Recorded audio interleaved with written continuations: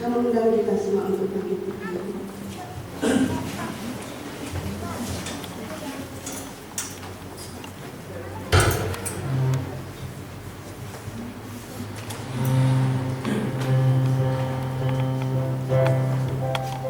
Mazmur 100 ayat 2. Beribadahlah kepada Tuhan dengan sukacita, datanglah ke hadapan-Nya dengan sorak-sorai. Jemaat yang dikasihi Tuhan, pada hari ini kita datang sebagai umat yang dipanggil, bukan hanya untuk menerima berkat, tetapi juga untuk diperlengkapi menjadi pekerja-pekerja pelayanan. Dalam kisah para rasul ini, kita melihat bahwa Tuhan memilih orang-orang yang penuh Roh Kudus dan hikmat untuk melayani. Hari ini kita pun dipanggil untuk datang dengan hati yang terbuka, siap dipenuhi dan dikudus. Kita sambut panggilan Tuhan dengan mengagungkan Dia. Haleluya, puji Dia.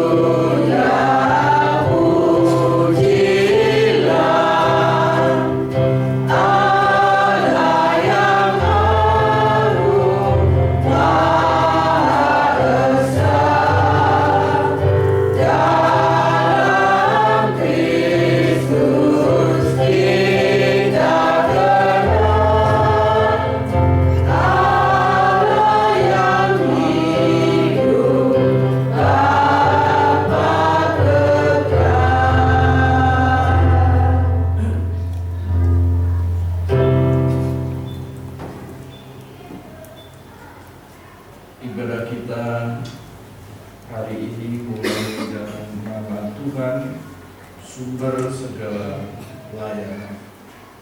Pertolongan kita adalah dalam nama Tuhan yang menjadikan langit dan bumi.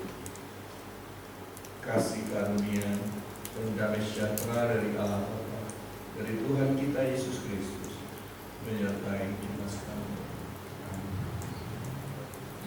Jemaat Yesus.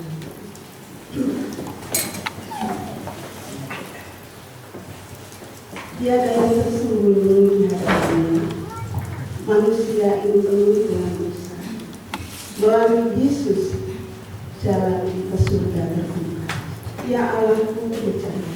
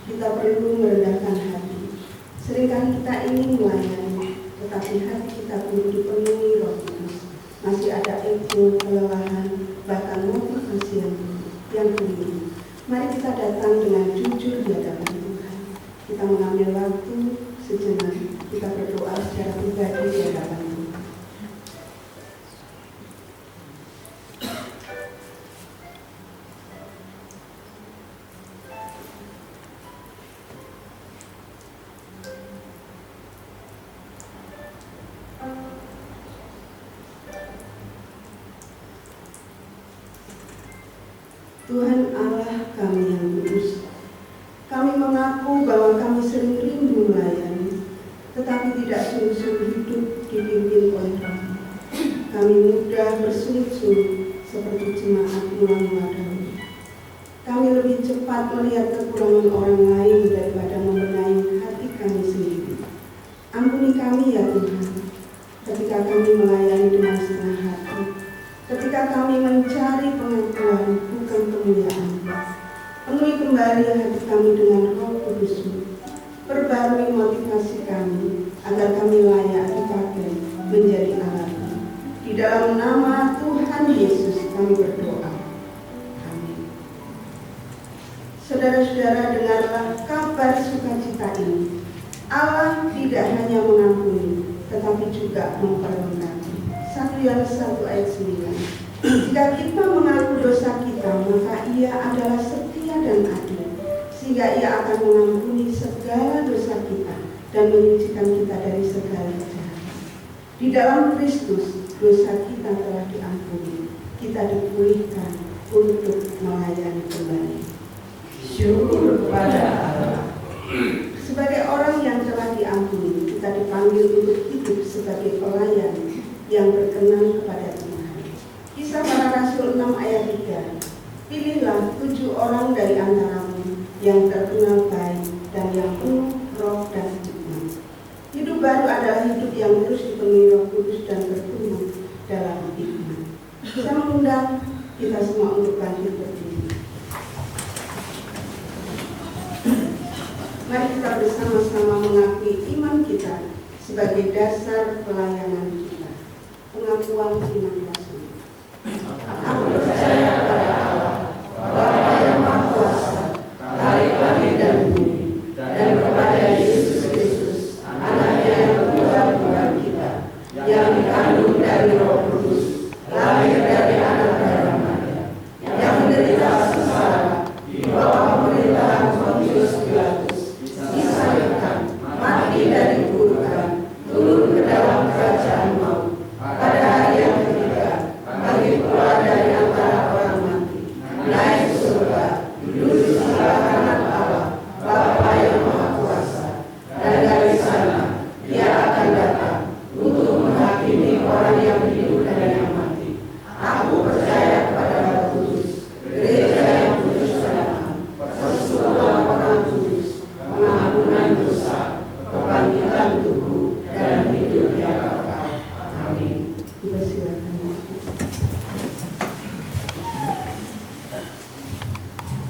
Saudara-saudara, pelayanan bukan sekedar aktivitas, tetapi panggilan yang membutuhkan hati yang dipenuhi Tuhan. Dalam Kisah Para Rasul 6 ayat 1-7, kita melihat bagaimana gereja mula-mula menghadapi konflik dan Tuhan memakai orang-orang yang penuh Roh Kudus untuk menjadi solusi. Hari ini kita akan belajar bagaimana kita dipanggil, dipilih, dan dipenuhkan untuk melayani dengan panggilan Tuhan. Kau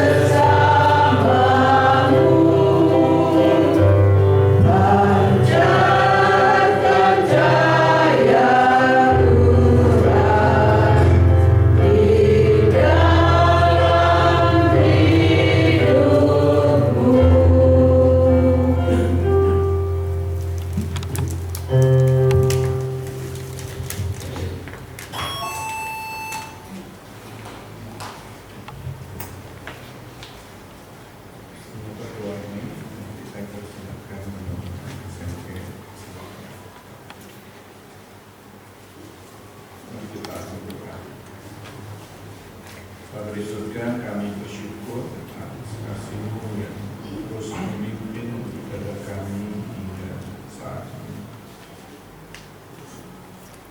Sebentar kami akan mendengar firman. Kami rindu Engkau memenuhi kami dengan hikmat dan Roh Kudus, agar kami menjadi pelayan-pelayan yang setia dan berkenan di hadapan-Mu. Urapi hamba-Mu yang akan menyampaikan firman Tuhan, sehingga setiap perkataan hamba-Mu menjadi alat-Mu menegur, menguatkan, dan membangunkan.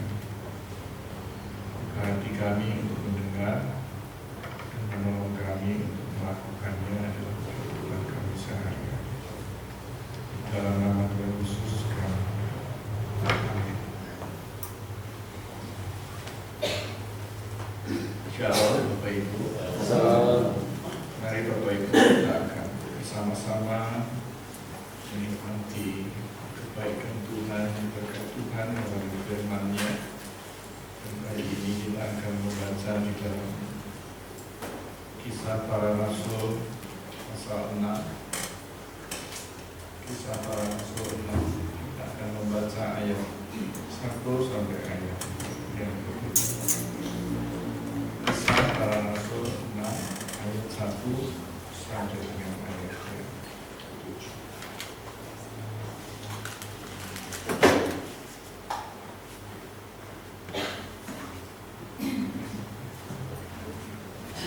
Jikalau Bapak Ibu sudah mendapatkan bagian firman Tuhan ini, kita akan membacanya secara bertanggapan.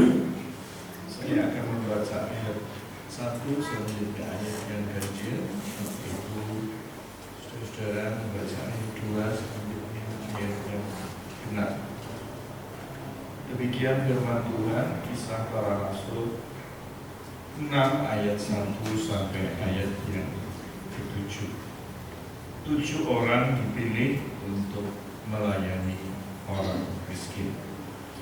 Pada masa itu ketika jumlah murid makin bertambah, timbullah sungut-sungut di antara orang-orang Yahudi yang berbahasa Yunani terhadap orang-orang Ibrani, karena pembagian kepada janda-janda mereka diabaikan dalam pelayanan sehari-hari.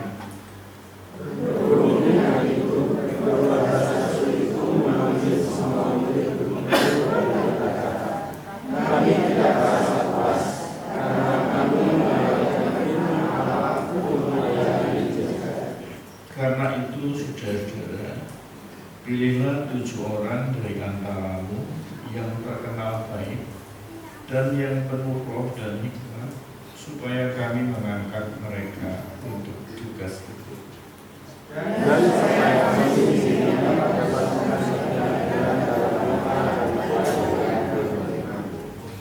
Usul itu diterima baik oleh seluruh jemaat, lalu mereka memilih Stefanus, seorang yang penuh dengan iman dan Roh Kudus, dan Filipus, Prochorus, Nikanor, Timon, Parmenas, dan Nikolaus, seorang penganut agama Yahudi dari Antioquia.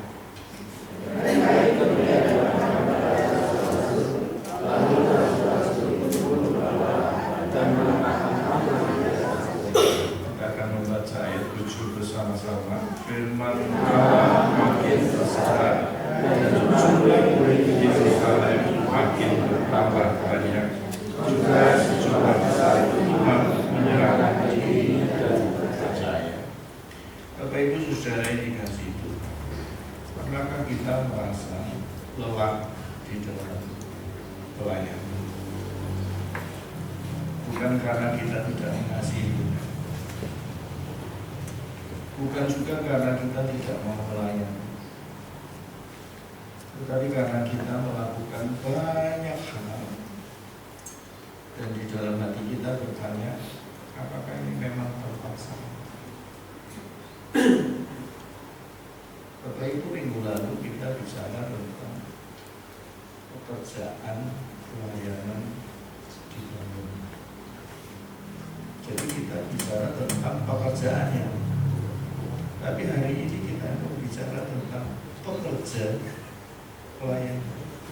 Siapa yang melakukan pekerjaan pelayanan?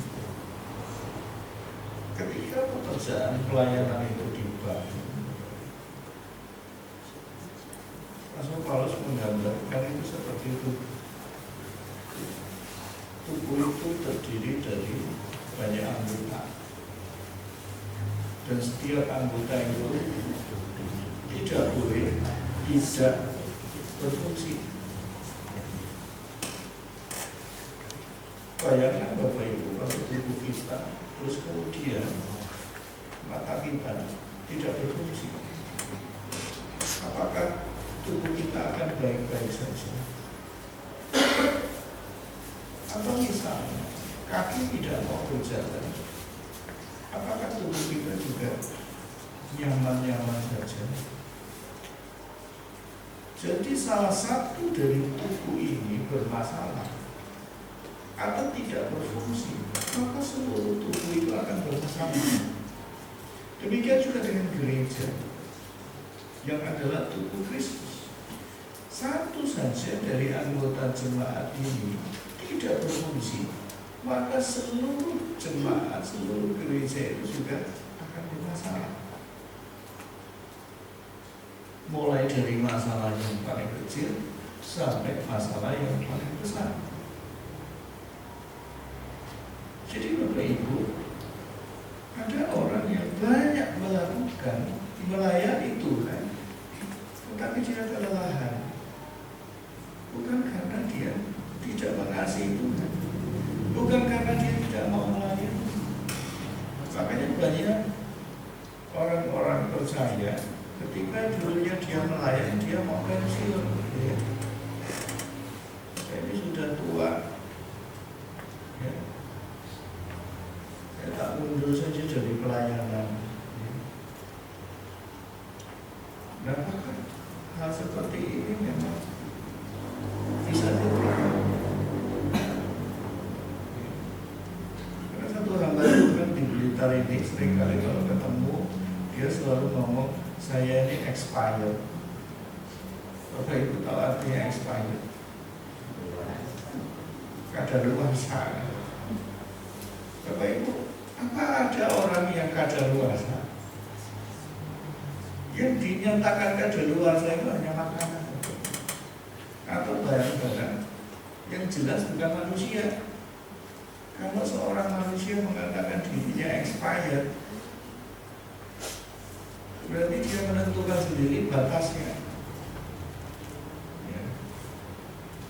Jadi Bapak Ibu, kalau kita bicara pelayanan, sebenarnya itu tidak ada expired, tidak ada batasan.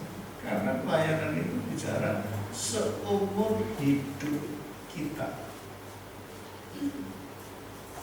Dan karena dengan kenyataan seperti ini, bahwa setiap anggota itu harus berfungsi, maka setiap orang percaya itu dipanggil untuk melayani. Dan hari ini Bapak Ibu,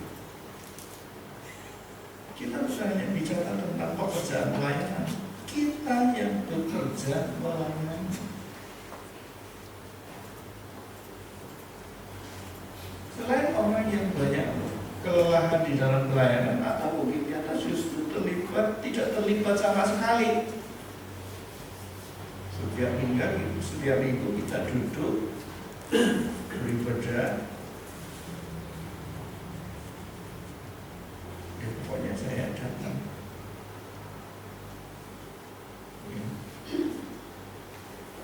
Makanya kalau Bapak Ibu tempat duduknya yang sudah pindah-pindah itu memudahkan saya.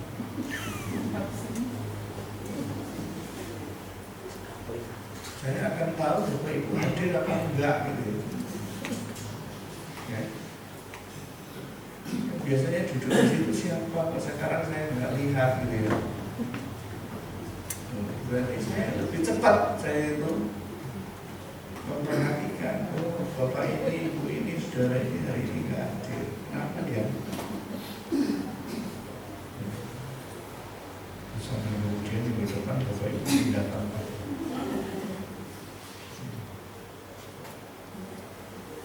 Ya jadi Bapak Ibu, mungkin justru kita ini tidak terlibat sama sekali, bukan karena tidak peduli, bukan, tetapi kita merasa saya ini bisa apa?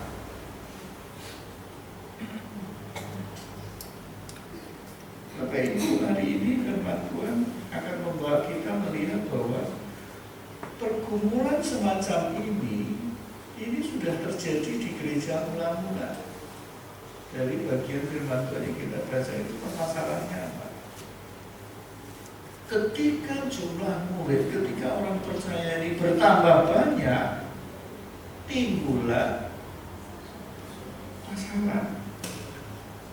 Mulai ada sumur-sumur, ada yang merasa tidak diperhatikan, ada yang merasa diabaikan, tidak dipedulikan, ada yang merasa saya tidak mendapatkan keadilan.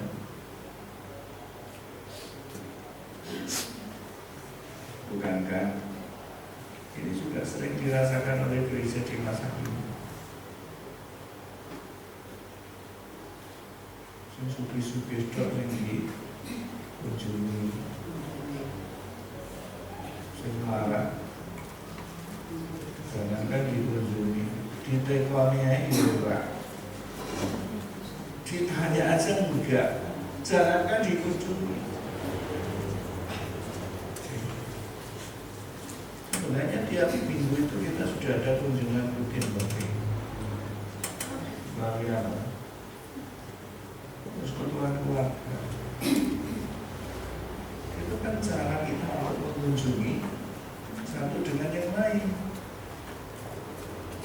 Jadi kalau kita ini ketempatan, berarti kita ini dikunjungi. Nah kalau kita pergi ikut persekutuan, berarti kita bukankah itu sesuatu yang indah? Amin. Hanya dua orang. Ya. Jadi Bapak Ibu, masalah itu sudah ada dari dulu. Jadi kalau kita sekarang ini gereja banyak masalah gitu ya. Dari dulu sudah banyak masalah. Konflik itu selalu ada. Ya. Gereja sedang bertumbuh, tapi di tengah-tengah pertumbuhan itu muncul keluhan. Ada yang merasa diabaikan, ada yang merasa tidak terlayani dengan adil. Dikatakan di situ ada orang-orang Yahudi berbahasa Yunani. Jadi mereka ini orang perantauan. Jika misalnya orang Jawa pergi ke luar Jawa, dia tinggal di satu daerah dan dia bisa berbahasa daerah itu. Merasa mereka diabaikan. Nah, mungkin kita juga bukan orang perantauan. Ya, memang ada di sini yang orang perantauan, bukan orang asli, orang kesamping. Tapi paling tidak, siapapun pasti pernah merasakan seperti itu. Dan ini bukan masalah kecil. Dan kalau ini dibiarkan, ini akan menjadi masalah serius. Bahkan masalah ini bisa memecah gereja. Perpecahan gereja akhir-akhir ini kebanyakan itu penyebabnya bukan karena pengajaran, masalah hubungan satu dengan yang lain, masalah kepuasan.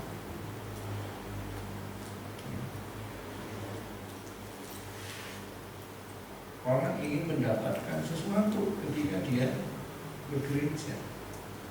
Dan itu sebenarnya normal-normal saja. Semua orang tentunya pengen hidupnya itu diberkati ketika dia berada di dalam komunitas gereja.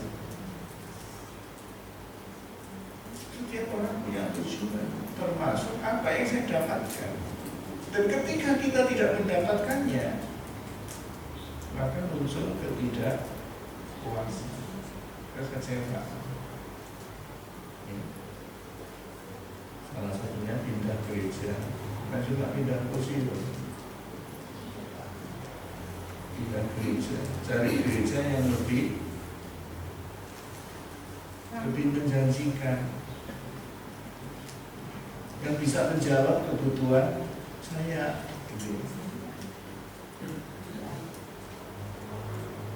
Apalagi sejak COVID itu ya Bapak Ibu, hampir semua gereja itu melakukan ibadah online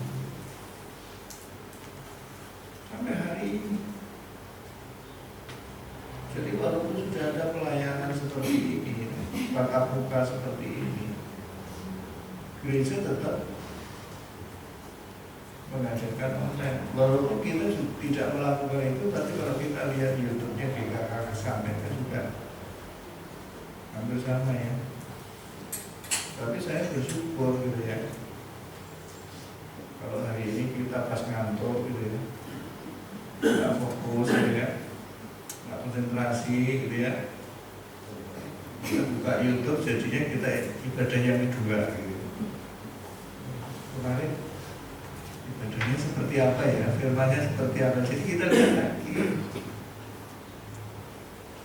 Jadi kasihan kalau Pak Putri itu tiap kali bikin YouTube kita lihat gitu ya, jangan cuma lihat yang lucu-lucu saja ya, walaupun Pak Putri suka bikin yang lucu-lucu gitu ya.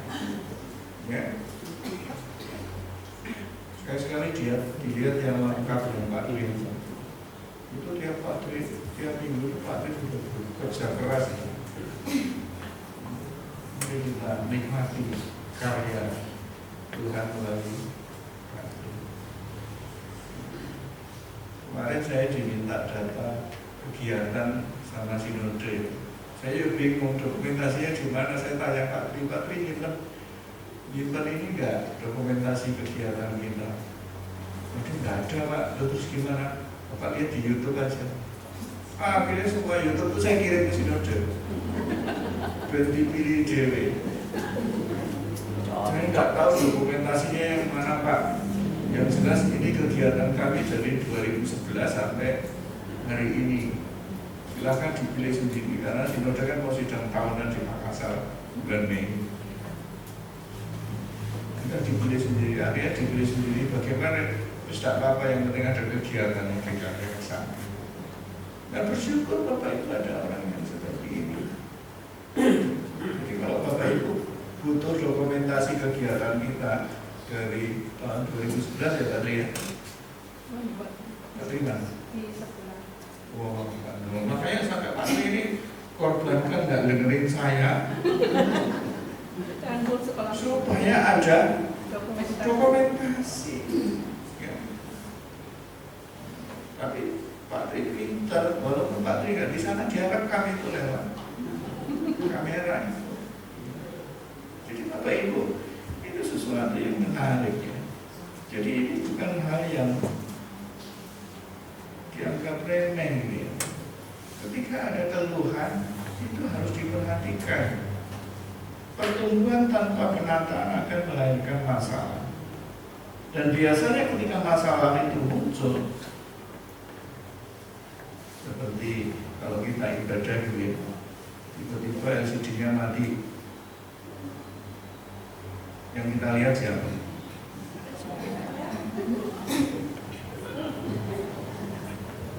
Mas Eka langsung yang bagian di sana langsung. Terus tiba-tiba musiknya enggak bunyi gitu. Semua orang kayaknya apa? Yang bagian LCD itu yang salah gitu ya. Sama. Kalau di dalam gereja itu ada masalah, semua mata tertuju ke siapa?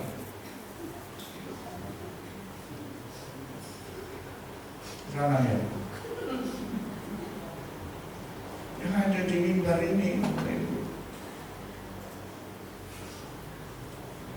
baik itu disampaikan secara langsung maupun juga kadang saya mendengar dari Yudhu ini. Apa ya orang gak ngomong sama saya. Gimana saya ini menakutkan. Saya gak mau ngomong. Apakah kalau saya mendengar saya ngomong, "Ah bisa, gak benar." Bapak Ibu, saya ditempatkan di sini untuk jadi gembala, Bapak Ibu, bukan jadi bos, Bapak Ibu. Walaupun kadang-kadang beberapa jemaat itu bercanda gitu ya, Pak Bos. Tapi anehnya saya bos, Bapak Ibu nggak taat sama saya. Jadi panggil bos saya Bapak Ibu. Nggak pernah permisi. Ya jadi Bapak Ibu, pasti semua mata tertuju pada pemimpin atau siapa yang bertanggung jawab. Tetapi mari kita lihat bagaimana reaksi dari para rasul. Mereka tidak marah-marah. Malah mereka berkata, tidak patut kami melalaikan firman Tuhan untuk melayani meja. Bapak Ibu, ketika saya melakukan banyak hal di gereja ini bukan berarti saya nggak percaya Bapak Ibu.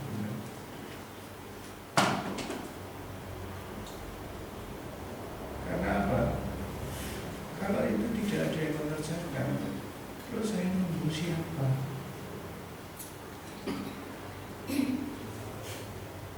Contoh secara sederhana tadi keyboardnya kan tidak connect dengan sound system kan? Saya tahu Bapak Ibu yang ada di sini ada yang ngerti itu gitu loh. Sampai saya tadi ngomong sama Mas Eka, Mas, keyboardnya channel 6 Mas, udah on lah. Terus saya lihat kabelnya belum nancap Bapak Ibu. Loh, hal kecil itu loh Bapak Ibu. Kadang kita merasa itu bukan urusan saya gitu loh. Nah, apakah saya nggak bisa kerjakan? Bisa saya. Tapi akan lebih baik kalau ada yang tentu saja orang yang ngerti.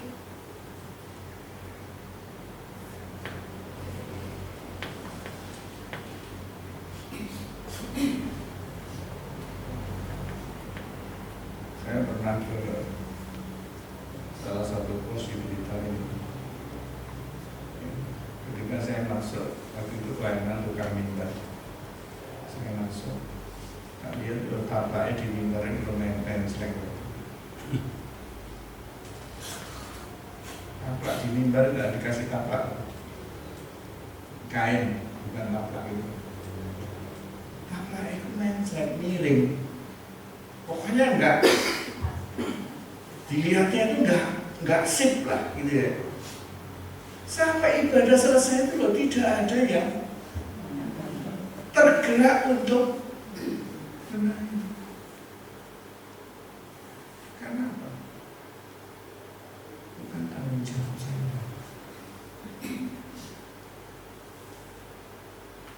Jadi kalau ada masalah terus orang langsung kita menjawab itu. Ini biasa ngurus ini kan.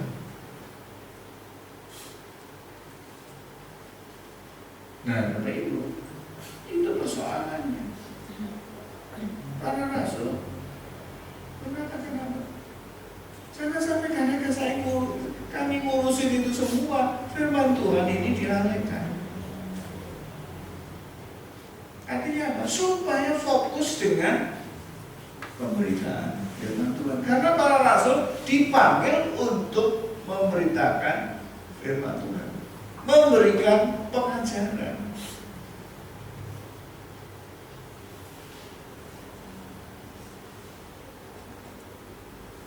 Ini kalau ngomong guyonan,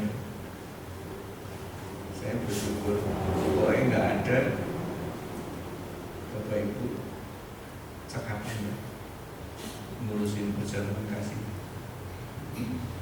Dan boleh ada. Maksudnya boleh ini siapa?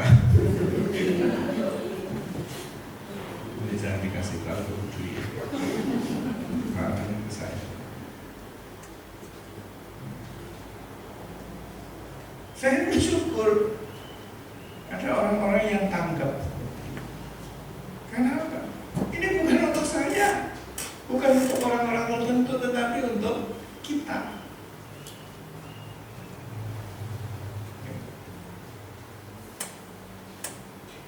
Ada orang-orang yang selesai berjalan kaki,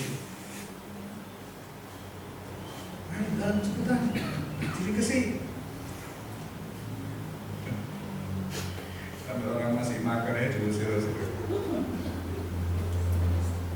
Ya kita lihat positifnya aja supaya cepat diberesin gitu. Soalnya masa nek Pak Dwi mulai Pak Dwi sing kesini. Bukan itu yang tujuan. Artinya ketika setiap orang itu melihat, oh ini perlu saya kerjakan. Dan itu butuh orang-orang khusus Bapak Ibu. Gak semua orang bisa langsung respon. Karena apa? Setiap orang itu punya bagian masing-masing, punya tempatnya masing-masing. Dan kita nggak bisa nuntut orang, ayo emang aku. Kalau orang itu bukan di tempatnya di situ ya tidak bisa. Ya. Nah Bapak Ibu, ini bukan berarti pelayanan di luar firman itu nggak penting. Justru sangat penting karena ini menunjang pelayanan seluruh pelayanan. Dan para rasul memberi ruang bagi orang lain untuk melayani. Nah di sini kita belajar pelayanan menjadi berat bukan karena kekurangan orang. Kita yang hadir di sini sekitar 50 orang. Tetapi karena tidak terlaku, setiap orang tidak masuk di tempatnya atau salah masuk. Atau nggak tahu saya harus masuk di mana. Makanya teks kita mereka memilih 7 orang. Dan itu 7 orang ini bukan asal-asalan dipilih. Dikatakan apa?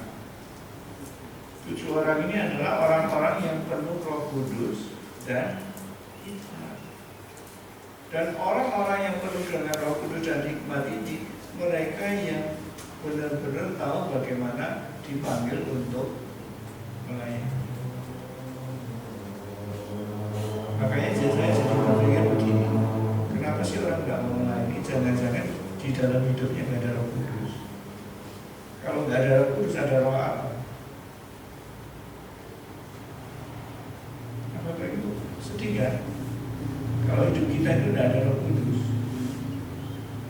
Karena orang yang hidupnya ada Roh Kudus pasti digerakkan untuk melayani sesuai dengan karunia yang Tuhan berikan.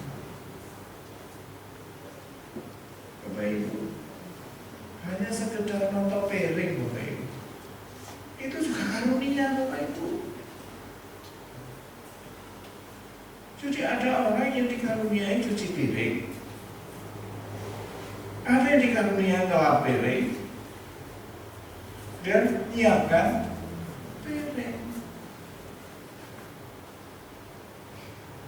Untuk kopi karunia enggak? Lu nggak semua orang itu. Ada orang-orang yang dikaruniai, kopi ini kalau, dan kopi dan godok bayu. Kopi ini tidak diudah. Dan itu tidak perlu dijadwal Bapak Ibu.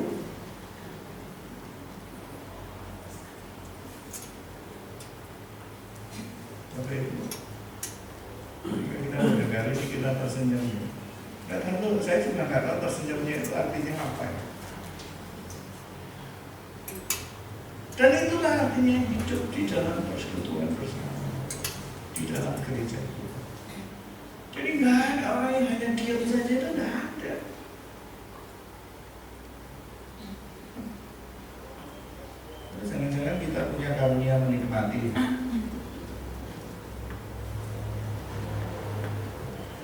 Jadi pokoknya semua dinikmati gitu ya. Tapi ya benar juga ya Bapak itu ada orang makan dia itu tidak bisa nikmati loh.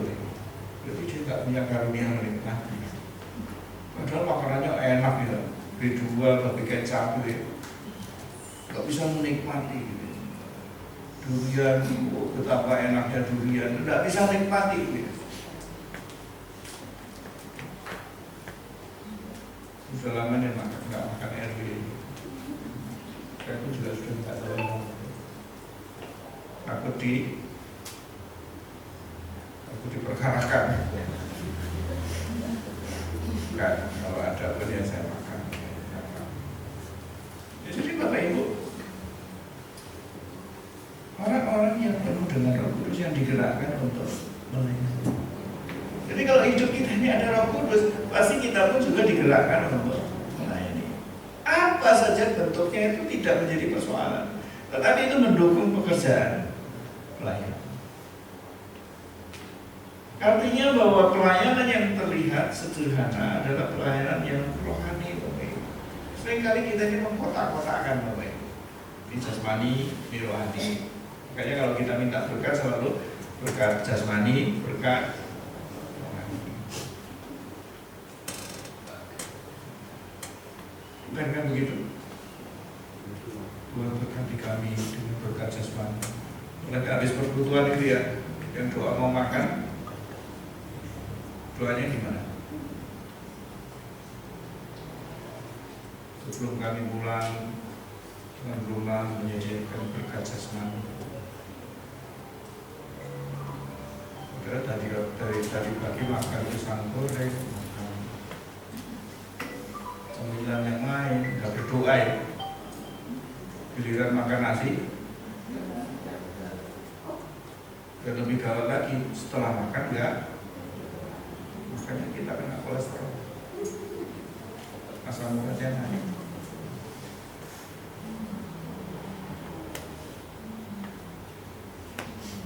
Makanya dalam segala hal kita naikkan syukur kepada Tuhan gitu ya. Ya jadi Bapak Ibu, sesuatu yang sederhana itu adalah sesuatu yang dilakukan untuk Tuhan itu jadi rohani. Saya pernah kasih contoh gitar itu Bapak Ibu, alat-alat musik ini.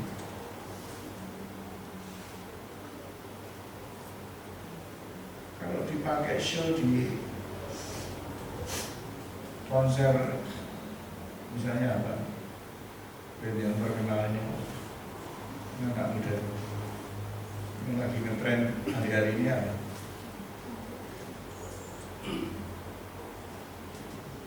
Kemarin saya lihat IG-nya LKI Production umum. Sebenarnya saya itu agak ngeri dengan kelompok band umum karena logonya itu, G-nya itu, Bapak Ibu perhatikan ya. Bapak Ibu nggak tahu, karena anak muda tahu itu. G-nya itu kan kepalanya itu ada tanduk loh. Coba perhatikan. Itu bukan sekedar gambar.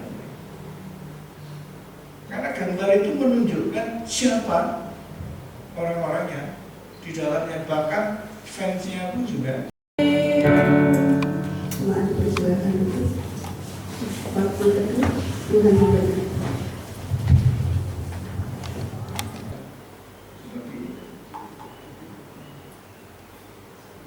Dari anak-anak muda harus hati-hati. Sesuatu yang menghibur belum tentu itu sesuatu yang membawa kita kepada Tuhan. Alat musik akan menjadi rohani kalau kita pakai untuk memuji Tuhan. Tetapi kalau kita pakai ngamen di lampu merah, ceritanya jadi lain. Sama-sama gitarnya. Ya. Jadi seperti itu. Ketika pelayanan mulai bertambah, di ayat 7 dikatakan apa? Firman Allah makin tersebar dan jumlah murid. Jadi ada yang bagian untuk mengajar, ada bagian untuk mengerjakan yang untuk menyiapkan ruang ibadah ini perlu orang khusus, Bapak Ibu. Maksud saya bukan orang khusus ini orang yang ditunjuk khusus itu ya, enggak. Orang yang punya hati untuk, oh ya besok itu hari Minggu ada ibadah, apa yang saya bisa lakukan? Terus gampang sama Pak Dwi, semua beres. Yang beres Bapak Ibu. Tapi akhirnya apa? Semua nggak berjalan maksimal. Bahkan ada istilah yang lebih dari maksimal itu optimal. Artinya bukan hanya tidak maksimal, tetapi tidak berdampak yang besar. Maknanya tidak terlalu berarti. Makanya di sini di ayat 7 dikatakan apa? Ketika firman Tuhan itu diberitakan tersebar, jumlah murid-murid bertambah. Bahkan orang-orang yang pada waktu itu mustahil untuk mereka itu menyerahkan diri dan percaya kepada Tuhan, dikatakan apa? Sejumlah besar iman menyerahkan diri dan percaya untuk berita firman Tuhan, dan didukung oleh pekerjaan pelayanan yang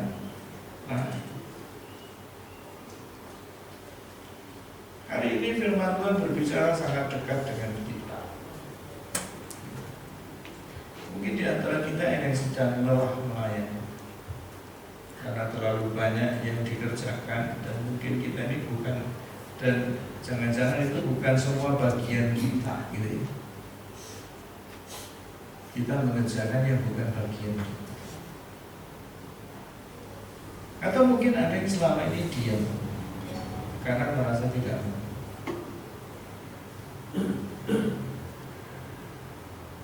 Tuhan tidak pernah salah menciptakan.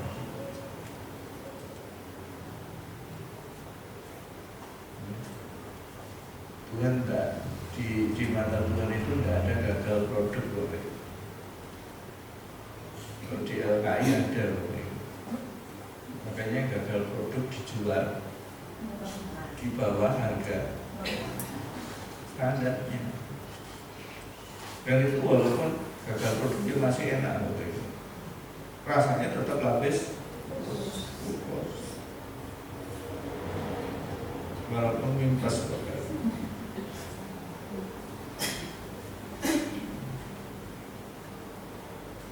Ada yang disisihkan sendiri. Artinya kualitasnya kan jadi turun dan nilainya juga ikut.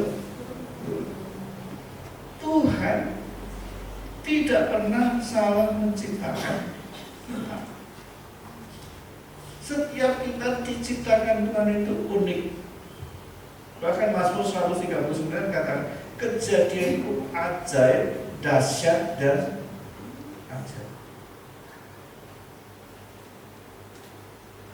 Tuhan tidak pernah salah memanggil kita. Jadi kalau Tuhan ciptakan kita, pasti ada tujuan. Gak diciptakan terus diletakkan begitu saja. Tuhan ingin apa yang diciptakan ini punya tujuan. Tentu saja tujuannya itu adalah tujuan Tuhan. Mungkin selama ini kita lelah, bukan karena kita tidak setia, tetapi karena kita belum berada di tempat yang tepat. Ada satu kalimat yang menarik di dalam satu buku ya. Penulisnya itu ngomong gini, Anda bukan pribadi yang salah, Anda bukan pribadi yang salah, bukan orang yang salah, tetapi mungkin Anda adalah orang yang benar, ya, orang yang benar tetapi berada di tempat yang salah. Bapak Ibu coba perhatikan kalimat ini. Anda bukan orang yang salah, tapi mungkin Anda adalah orang benar yang berada di tempat yang salah.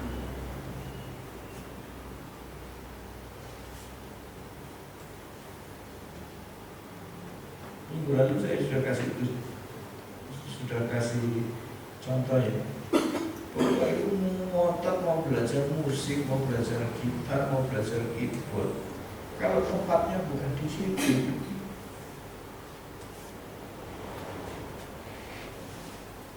ya nggak jadi.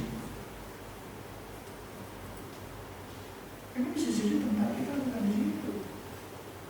Mungkin tempat kita justru berhubungan dengan kabel-kabel yang ada di sekitar keyboard ini, dan belum tentu ya orang yang main musik itu ngerti gitu ya.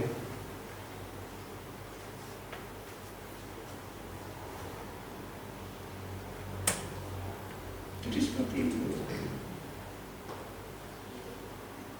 Atau mungkin kita ini diam. Katanya diam itu emas ya. Tapi kalau di Medan udah berubah ya di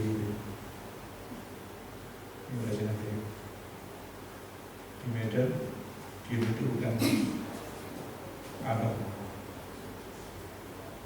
karena di Medan nggak ada emas, adanya apa ya, diam itu emas. Kita mungkin kita diam bukan karena kita nggak mau, tetapi karena kita belum tahu harus mulai dari mana. Saya ini pengen melayani, tapi saya tidak tahu mulainya dari mana. Dan dari parahnya kita tetap diam, juga nggak nanya, gitu loh. Hari ini Tuhan tidak menuntut kita melakukan semuanya. Tuhan hanya mau apa?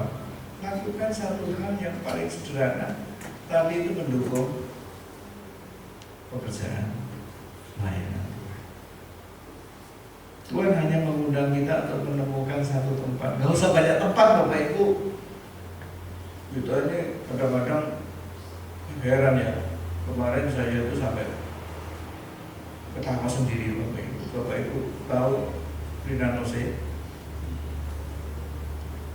Dia itu nyanyi bisa tirukan suara 12 penyanyi profesional.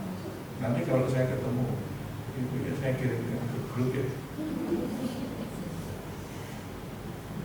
Dia bisa tirukan suara Soimah. Oh ya Soimah. Dia bisa tirukan suaranya Syahrini. Dia bisa tirukan suaranya Ayu Ting Ting, Krisdayanti, Iis Dahlia. Pokoknya banyak kepala itu saya sampai ketawa sendiri ya. Ini memang orang multi talent ini.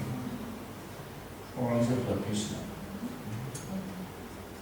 Bapak Ibu kita nggak perlu segitunya. Cukup satu talent. Dan itu berapa lama kita harus mempertahankan? Nah, kita udah hitung itu berapa lama? Satu talent 16 tahun. Ini kalau kita terlantarkan berarti 16 tahun waktu kita ini sia-sia. Bapak Ibu yang usianya sudah di atas 60, 16 tahun lagi berarti umurnya 76 ya. Nah kalau sekarang sudah 70, kira-kira saya nonton ya.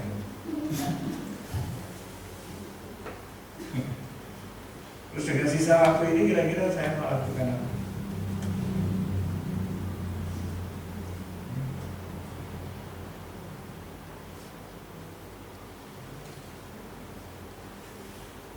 Seperti sawah Bapak Ibu, ada yang menanam. Ya, saya sering perhatikan sawah di belakang itu. Di bagian nanam sendiri Bapak Ibu, di bagian ngopeni sendiri. Apa namanya?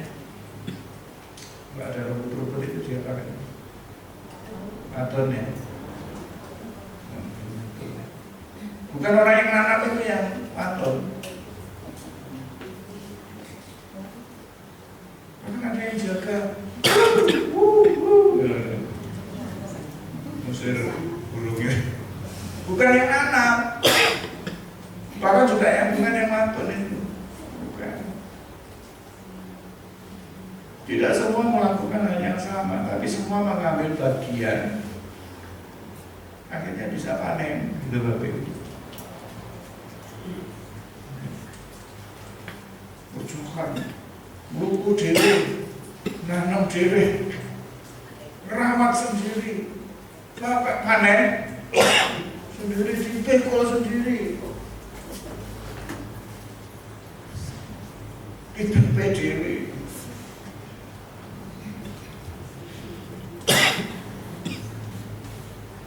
Itu nggak sampai 10 kali panen sudah game over. Demikian juga dengan gereja, ada yang dipanggil untuk menguatkan iman melalui firman. Ada orang-orang yang ketika dia hanya membacakan firman Tuhan, orang itu hatinya apa? Dan semua orang Bapak Ibu. Kalau kita tidak dipanggil untuk itu, jangan kita mau harus begini orang malah jengkel itu ya.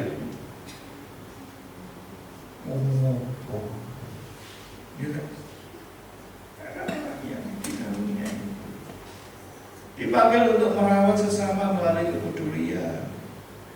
Ngomong-ngomong, Bu Tona sudah berapa minggu nggak? Lihat ya. Ada yang tahu? Saya jujur nggak tahu. Ada di antara Bapak Ibu yang Kang Jawa Sopi. Halo. Untuk tahu keadaan Bu Tona ini, Kang Jawa siapa? Yuk kamu Pak Dwi, kamu itu berubah. Ya tidak apa-apa sih. Nanti saya cari tahu.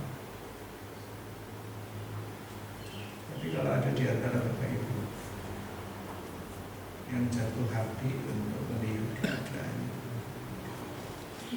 dan melakukan sesuatu untuk beliau,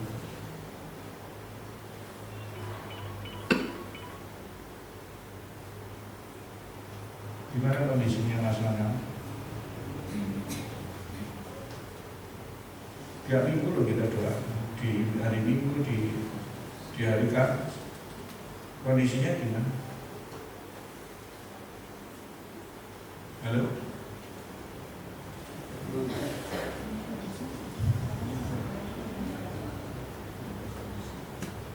Kadang-kadang Bapak Ibu jujur ya, ada jemaat sakit, saya sudah duduk ikut ibadah, kita masih doakan untuk disembuhkan. Sudah duduk bersama dengan kita, harusnya kita doanya bersyukur untuk pemulihan ini. Kalau kita terus berdoa, sembuhkan dia gitu. Padahal sudah duduk sebelah kita tidak tahu gitu. Dan itu perlu orang khusus yang dipanggil seperti itu. Mungkin saya tidak bisa melakukan, tetapi saya percaya ada dari sekian banyak ini bisa melakukan. Karena yang dipanggil untuk menyiapkan ibadah untuk hal-hal praktis tadi sudah saya katakan.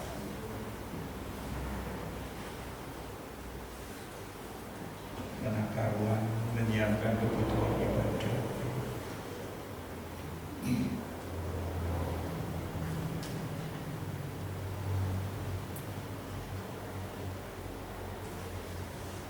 Belum tentu yang bagian sound system otomatis bisa tahu kapan ini baterainya mic ini habis.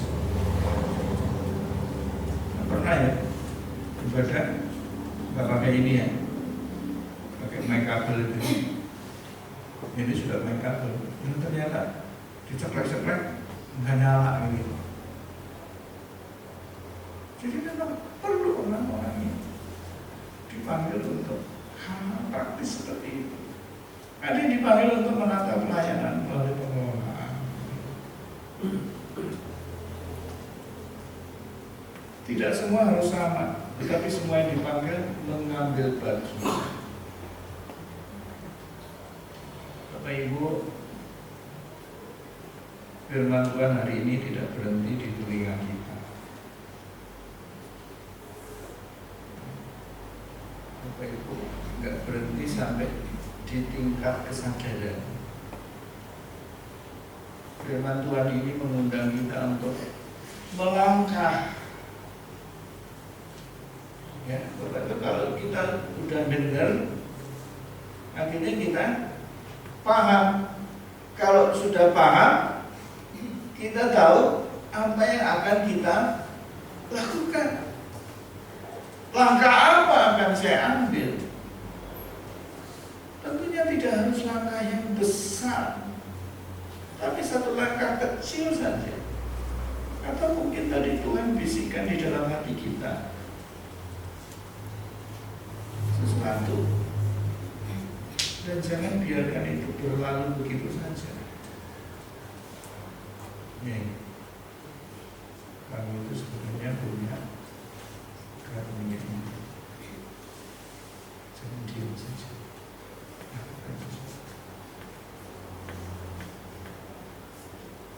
Mari kita responi dengan satu langkah sederhana. Nah, nanti setelah ibadah ini Bapak Ibu, saya dibantu Mas Eka untuk ini buka satu link. Nanti saya bagikan di grup juga. Saya sih berharap Bapak Ibu HP-nya semua ada kuota datanya. Ya. Kalau nggak ada ngomong sama sebenarnya tolong baterai. Jadi jangan sampai ada yang pakai laptop. Nah, untuk Bapak Ibu yang praktek, dia tidak memahami. Kalau Bapak Ibu pegang HP, tapi Bapak Ibu nggak ngerti, nanti akan ditolong oleh beberapa rekan-rekan muda untuk bagaimana melakukannya. Jadi nanti saya minta waktu nggak sampai 10 menit, ya, sebelum kita keluar dari ruangan ini kita mengisi sesuatu. Ya. Ini bukan sekedar mengisi data, tetapi ini sebuah langkah iman, langkah untuk berkata begini, Tuhan, aku mau dipakai, tunjukkan tempatku ada di mana.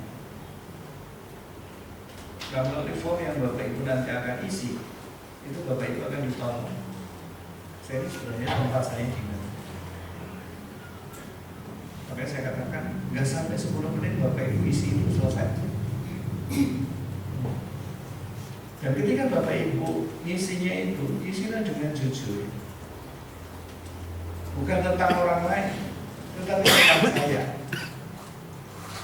Dan Bapak Ibu nggak usah merasa nanti orang tahu siapa saya.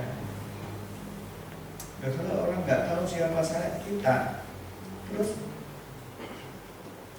orang bantu kita tempatnya di mana? Jangan-jangan kita salah menempatkan. Bapak Ibu, ini tidak ada hubungannya dengan kepengurusan gereja ya Bapak Ibu. Nanti Bapak Ibu terlalu jauh berpikir, aku mau dikasih tanggung jawab mengurusi gereja, tidak. Bapak Ibu hanya ditolong untuk menemukan tempat yang tepat Bapak Ibu bisa mendukung pekerjaan Bapak. Dan ini sudah seharusnya dilakukan oleh gereja. Dan tidak usah takut. Dan istilah itu tanpa merasa kita harus hebat. Kalau memang itu bukan tempat saya, ya nggak usah dipilih gitu. Kalau misalnya dari semua pilihan itu nanti muncul nggak ada satu pun, ya tulis saja belum tahu gitu. Tapi ya jangan langsung belum tahu, pikirkan baik-baik. Karena Tuhan tidak mencari orang yang sempurna. Tuhan mencari orang yang mau, ya. Bukan orang yang mampu. Kalau sudah mau pasti akan dimampukan. Saya hanya seorang ibu rumah tangga, tapi ketika nanti Bapak Ibu akan ternyata saya ada di sini. Mungkin selama ini kita tidak tahu. Mari kita hening sejenak. Kita bertanya, Tuhan, di mana tempatku untuk aku bisa melayani? Tunjukkan kepadaku ya Tuhan.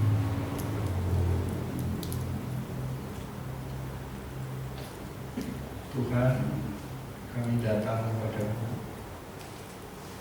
Kami rindu dipakai oleh-Mu.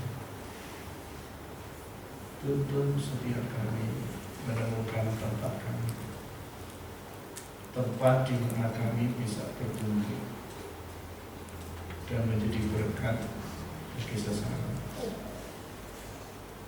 Bagi yang lelah, Tuhan berikan keberkahan. Bagi yang ragu, Tuhan berikan keberanian. Bagi yang belum melangkah, Tuhan beri hati yang mau. Dan biarlah melalui setiap kami bisa bertumbuh dengan sehat dan nama-Mu dipermuliakan. Di dalam nama Tuhan Yesus kami berdoa. Amin.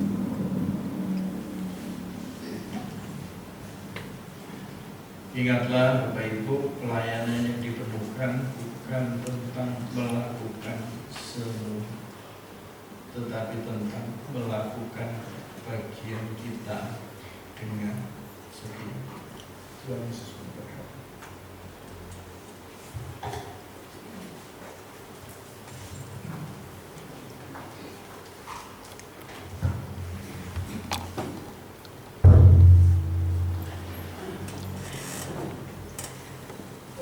Bapak Ibu yang dikasihi Tuhan, kita sudah bersama dengan teman kita dan yang membawa kita membuka pikiran hati kita untuk kita mengerjakan sesuai apa yang Tuhan sudah percayakan kepada kita. Saudara-saudara, pelayanan bukan hanya tentang tenaga dan waktu, tetapi juga tentang hati yang rela memberi. Persembahan kita adalah wujud syukur dan partisipasi dalam pekerjaan Tuhan. 2 Korintus 9 ayat 7. Hendaklah masing-masing memberikan menurut kerelaan hatinya, jangan dengan sedih hati atau karena paksaan, sebab Allah mengasihi orang yang memberi dengan sukacita. Bersama kita akan membawa persembahan kita sebagai rasa syukur kepada Tuhan. Kita akan mulai dari timur, tengah, dan barat. Kita akan naikkan pujian tabur waktu pagi.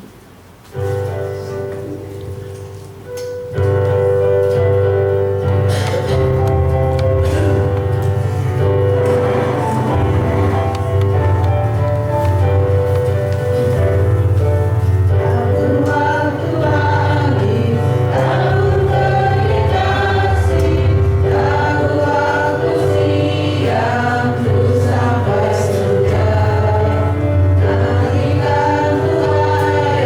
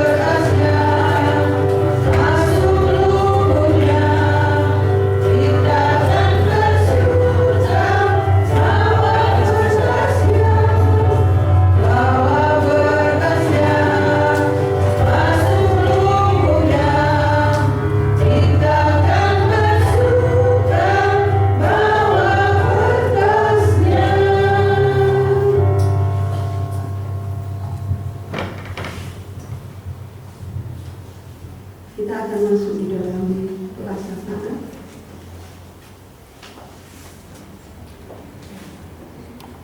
Untuk doa syafaat ini akan dipimpin oleh dipersilakan.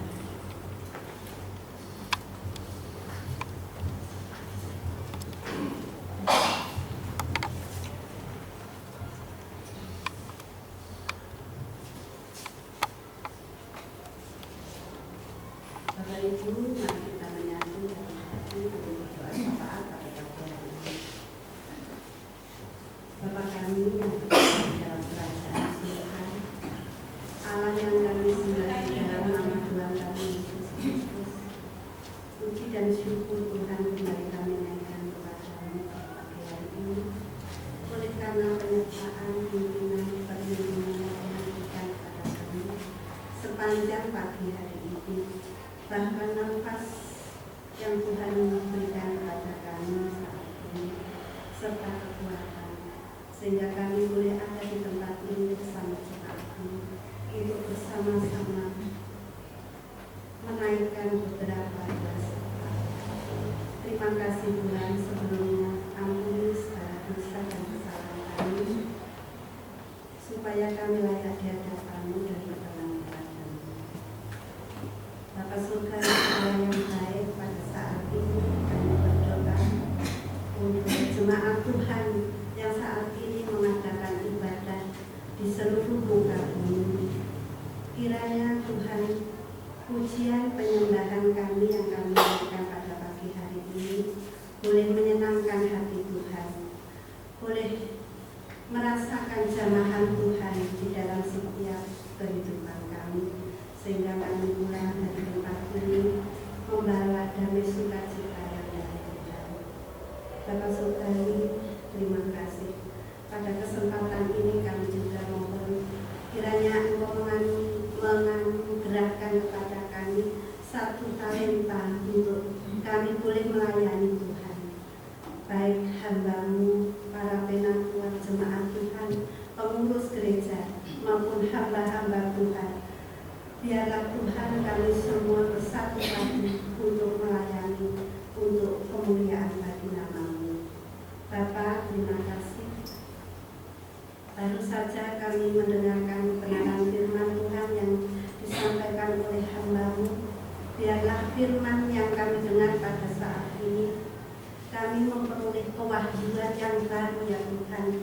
Melalui kebenaran firman-Mu, kami boleh memiliki satu talenta yang boleh kami gunakan untuk kami melayani Engkau di dalam setiap kehidupan kami dimanapun kami berada. Berkati hamba-Mu ya Tuhan, berkati pekerjaannya, berkati pelayanannya, berkati keluarganya, apapun yang diusahakan, yang dikerjakan boleh berhasil. Itu semua oleh kami pertolongan Tuhan. Begitu juga terus tolong dan jaga lindungi hamba-Mu dimanapun mereka berada, supaya nama Tuhan terus dipermuliakan lewat hati-Mu. Tuhan Yesus, kami juga mengucap syukur dan berterima kasih untuk anak-anak-Mu semua yang saat ini Kau percayakan untuk melayani di tempat ini, maupun anak-anak sekolah minggu para remaja, guru sekolah minggu dan guru para remaja. Kami serahkan semuanya ke dalam tangan kuasa-Mu ya Tuhan. Kiranya Engkau mengembangkan pelayanan kami untuk kebaikan pelayanan kami di gereja kami. Untuk Mas Tuhan, Mas Eka, kami serahkan masa depannya ke dalam tangan kuasa-Mu. Terima kasih Bapa, terima kasih. Kami tidak lupa menyerahkan bangsa dan negara kami ke dalam tangan kuasa-Mu. Kiranya Tuhan Kau memberkati bangsa dan negara kami, berkat yang dari surga. Kiranya Tuhan melalui Bapak Presiden maupun Wakil Presiden sebagai wakil Allah yang ada di bumi pertiwi ini, bahkan melalui MPR, DPR, para menteri, para kabinet, serta saudara-saudara kami yang hidup di dalam pemerintahan, bisa melakukan pekerjaan dan tugasnya sesuai apa yang sudah dibebankan kepada mereka, supaya mereka tidak mementingkan diri sendiri, mementingkan golongan, tetapi biarlah mereka mementingkan semua pekerjaannya untuk kemakmuran bangsa dan negara kami ini. Bapak, terima kasih. Kami juga tidak lupa untuk Polri dan TNI sebagai garda terdepan di dalam bangsa dan negara kami. Kiranya Tuhan Kau akan memberkati mereka, Kau memberkati kesehatan, penuh tanggung jawab di dalam tugas dan tanggung jawabnya untuk kemakmuran bangsa kami ini dan untuk tegak berdirinya NKRI bangsa negara kami ini. Beri mereka semangat, dan untuk keluarganya kami juga serahkan dalam tangan kuasa-Mu. Engkau akan memberkatinya. Bapak, terima kasih. Kami juga berdoa untuk bangsa-bangsa yang ada di dunia. Engkau melihat peperangan, konflik, bencana, dan penderitaan di berbagai tempat.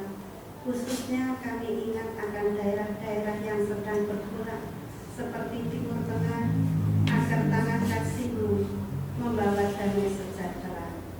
Bagi mereka yang menjadi korban bencana alam, kami mohon pemulihan, penghiburan, dan pertolongan nyata di dalam kehidupan mereka. Tuhan Yesus, kami tidak lupa berdoa untuk kesehatan jemaat Tuhan yang ada di tempat ini. Tuhan, mungkin banyak anak-anak-Mu yang datang di tempat ini juga mengalami sakit penyakit. Kami berdoa di dalam nama Tuhan Yesus melalui bilur-bilur yang tercurah di atas kayu salib, boleh menyembuhkan anak-anak-Mu yang saat ini sedang mengalami sakit. Kami percaya Tuhan, kuasa-Mu lebih besar daripada sakit penyakit anak-anak-Mu. Kami percaya kesembuhan terjadi saat ini juga. Bapak, terima kasih. Kami tidak lupa berdoa untuk anak Musila, juga Pak Anton, di dalam menanti pemulihan Tuhan. Kiranya Engkau menguatkan imannya, Engkau memberikan hati yang penuh kesabaran di dalam penantian kesembuhan yang total. Kami percaya Tuhan, Engkau mengirim setiap perawat dokter di dalam melayani atau menangani anak-anak-Mu ini, sehingga anak-anak-Mu ini boleh mengalami kesembuhan yang dari Tuhan. Terima kasih Bapak. Kami juga berdoa untuk anak-Mu Mbak Suminah yang jatuh dari sepeda motor, yang kakinya saat ini sedang mengalami cedera, yang mengalami sakit. Juga anakmu Mas Hadi Sucipto, Tuhan, yang kakinya kena pisau rumput. Biarlah Tuhan, Engkau akan menolong mereka, Engkau akan memberikan kesembuhan lewat pengobatan mereka yang saat ini sedang dilakukannya. Terima kasih Tuhan, beri penghiburan kepada mereka, beri kesabaran kepada mereka, supaya mereka bisa menerima kondisi ini dengan hati yang penuh beriman. Mereka tidak bersungut-sungut atau menyalahkan siapapun, tetapi biarlah mereka menerima semuanya ini dengan takut akan Tuhan. Terima kasih Bapak, terima kasih. Kami juga tidak lupa Tuhan berdoa untuk pekerjaan Tuhan. Kiranya Tuhan akan memberkati setiap pekerjaan kami ya Tuhan. Apapun jenis pekerjaan kami, baik sebagai petani, pedagang, wira swasta, semuanya yang berkenan di hadapan Tuhan, kami percaya Engkau akan memberkatinya ya Tuhan Yesus Kristus, sehingga semuanya itu boleh mencukupkan segala kebutuhan anak-anak-Mu. Terima kasih Bapak, kami juga baru saja memberikan persembahan kepadamu. Kiranya Tuhan, Engkau menyucikan tangan-tangan kami di dalam kami memberikan persembahan, sehingga persembahan kami berguna untuk pekerjaan Tuhan di tempat ini. Kami berdoa untuk hamba-Mu yang mengelola Bapak David, yang mengelola keuangan gereja, dan hamba-Mu Bapak Tri, Pak Tri, yang mengelola diakonia. Kiranya Tuhan akan memberkati pekerjaannya, memberkati rumah tangganya. engkau pakai anak-anakmu ini untuk boleh melayani engkau di gereja kami di tempat ini. Bapa Surgawi Allah yang baik, kami juga berdoa untuk anak-anak kami yang masih duduk di dalam bangku sekolah. Kiranya Tuhan akan tolong setiap anak-anakmu ini untuk punya tanggung jawab yang penuh sebagai anak pendidik, tugas dan tanggung jawabnya sebagai pendidik ya Tuhan, mulai dari anak TK sampai dengan perguruan tinggi, begitu juga dengan anak PAUD. Biarlah semuanya punya tanggung jawab di dalam pendidikan mereka untuk masa depan mereka, supaya impian mereka boleh terkabul, tercapai itu oleh pertolongan Tuhan, dan mereka penuh dengan tanggung jawab dan disiplin akan masa depannya. Terima kasih Bapak, kami tidak lupa berdoa untuk para lansia. Tuhan, kami menyerahkan para lansia ini ke dalam tangan kuasa-Mu. Biarlah para lansia ini terus hanya memandang Engkau sebagai juru selamat di dalam kehidupannya.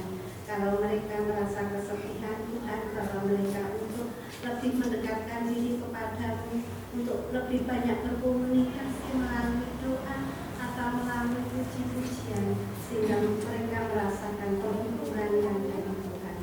Terima kasih Tuhan, kami serahkan semuanya ke dalam tangan kuasa-Mu. Kami juga berdoa untuk keluarga dan generasi muda. Kiranya kasih Kristus menjadi dasar kehidupan di dalam rumah tangga. Berikanlah kemampuan para orang tua di dalam mendidik anak-anak mereka, sehingga para remaja tumbuhkanlah iman dan hikmat dan karakter yang takut akan Tuhan, sehingga mereka bertumbuh menjadi generasi yang siap melayani Tuhan. Inilah doa kami ya Tuhan. Akhirnya ya Tuhan, kami menyerahkan seluruh hidup kami ke dalam tangan kuasa Tuhan. Panggilan-Mu bukan suatu beban di dalam kehidupan kami, tetapi anugerah. Perlengkapi kami dengan kasih, iman, dan pengharapan, agar kami setia dalam menjadi saksi Kristus dimanapun kami berada. Inilah doa seruan kami ya Tuhan, yang kami naikkan ke dalam tangan kuasa-Mu. Engkau akan menyempurnakan doa-doa kami, karena doa kami naikkan hanya di dalam satu nama, Tuhan kami Yesus Kristus, yang mengajari kami doa Bapa kami. Amin.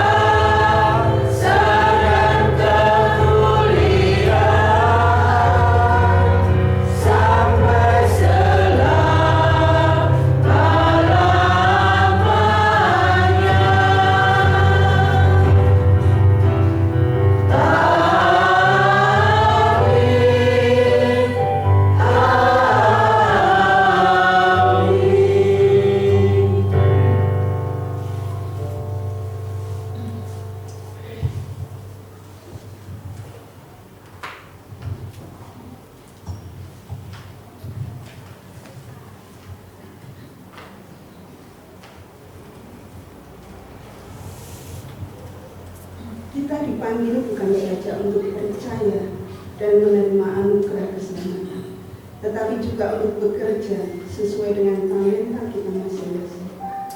Jangan lelah, jangan putus asa, karena Allah sumber kekuatan kita.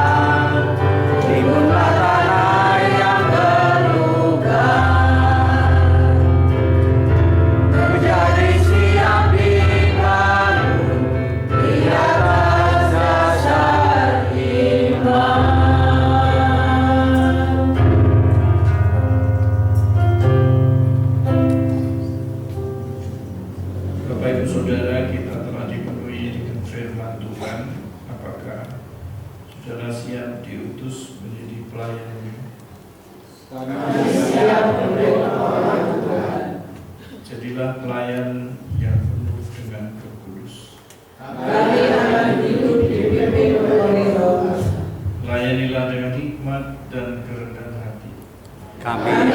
melayani dengan setia. Pergilah, jadilah berkat bagi dunia. Kami diutus dalam nama Tuhan.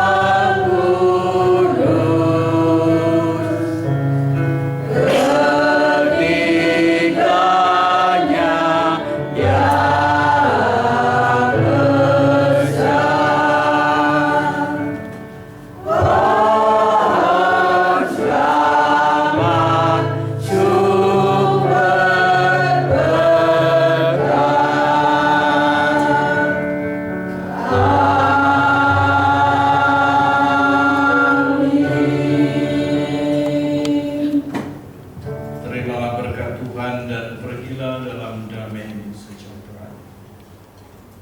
Kiranya kasih karunia Tuhan Yesus Kristus dan kasih Allah Bapa serta persekutuan Roh Kudus menyertai dan memenuhi engkau, sehingga engkau dimampukan menjadi pekerja pelayan yang penuh dengan roh, hikmat, dan kasih. Amin.